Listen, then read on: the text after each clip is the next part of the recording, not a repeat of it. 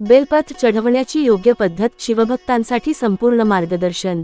हर हर महादेव मित्रांनो, आज आपण जाणून घेणार आहोत शिवपूजेत सर्वात महत्त्वाचं पूजनद्रव्य बेलपत्र आणि ते शिवलिंगावर चढवण्याची योग्य पद्धत। अनेक लोक श्रद्धेने बेलपत्र अर्पण करतात, पण काही लहानशा चुका केल्यामुळे पूजा अपूर्ण राहते। आज मी तुम्हाला शास्त्रात सांगितलेली अचूक आणि पारंपरिक पद्धत सांगणार आहे। बेलपत्राचं धार्मिक महत्त्व। पुराणातील कथा, एकदा लक्ष्मी देवीने भगवान शंकराला विचारलं, आपल्याला सर्वात प्रिय अर्पण कोणतं? त्यावर महादेव म्हणाले, माझ्या भक्तांनी जर एक स्वच्छ बेलपत्र अर्पण केलं तर त्याने लाखो अश्वमेध यज्ञांचं फळ मिळतं। त्रिदलाचं रहस्य, बेलपत्राच्या प्रत्येक पानावर 3 दलं असतात। ही 3 दलं म्हणजे ब्रह्मा, विष्णू आणि महेश यांचं प्रतीक। काही ठिकाणी त्याचा अर्थ त्रिगुण, सत्व, रज आणि तम असा देखील सांगितला जातो। बेलपत्र तोडण्याची योग्य वेळ आणि नियम। 1.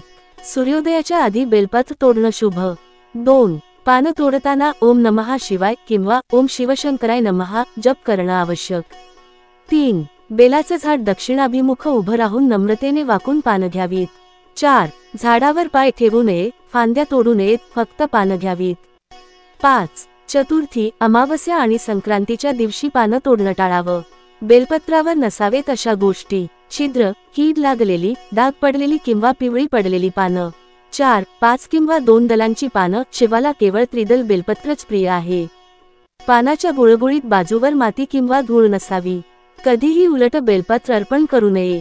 बेलपत्र अर्पण करण्याची योग्य पद्धत: 1. प्रथम शिवलिंगावर गंगाजल, त्यानंतर पंचामृत, दूध, दही, मध, साखर, तूप अर्पण करा। 2. बेलपत्र हातात घेताना गुळगुळीत बाजूवर आणि देठ तुमच्या बाजूला ठेवा। 3. प्रत्येक पानावर पांढऱ्या चंदनाचा ठिपका मारा। 4. बेलपत्र अर्पण करताना ओम नमः शिवाय किंवा ओम त्र्यंबकाय नमः म्हणावं। 5. शक्यतो प्रत्येक अर्पण विषम संख्येत 3, 5, 7 बेलपत्र अर्पण केल्याचे फायदे: मानसिक तणाव कमी होतो, मन शांत होतं, रोग व्याधी दूर होतात, आयुष्य वाढतं, पापांचा नाश होतो आणि पुण्य वाढतं, घरात आर्थिक स्थैर्य आणि समृद्धी येते, अविवाहितांसाठी विवाह योग खुलतो। वैज्ञानिक दृष्टिकोन: बेलपत्रात नैसर्गिक औषधी गुणधर्म आहेत। त्यात अँटीऑक्सिडंट्स, अँटीबॅक्टेरियल घटक असतात। शिवलिंगावर चढवलेलं बेलपत्र वातावरणातील उष्णता आणि जंतू कमी करतं, यामुळे पूजास्थळ स्वच्छ आणि ऊर्जायुक्त राहतं। श्रावण महिन्यातील खास महत्त्व: श्रावण महिन्यात दर सोमवारी बेलपत्र अर्पण केल्याने 16 सोमवार व्रताचं फल मिळतं। असे मानले जाते की श्रावणात एक बेलपत्र अर्पण केल्याने संपूर्ण वर्षभराची पूजा पूर्ण होते। बेलपत्र हा फक्त पानांचा गुच्छ नाही, तो श्रद्धेचा, भक्तीचा आणि पुण्याचा प्रतीक आहे। योग्य पद्धतीने अर्पण करा आणि शिवशंकरांचा आशीर्वाद मिळवा।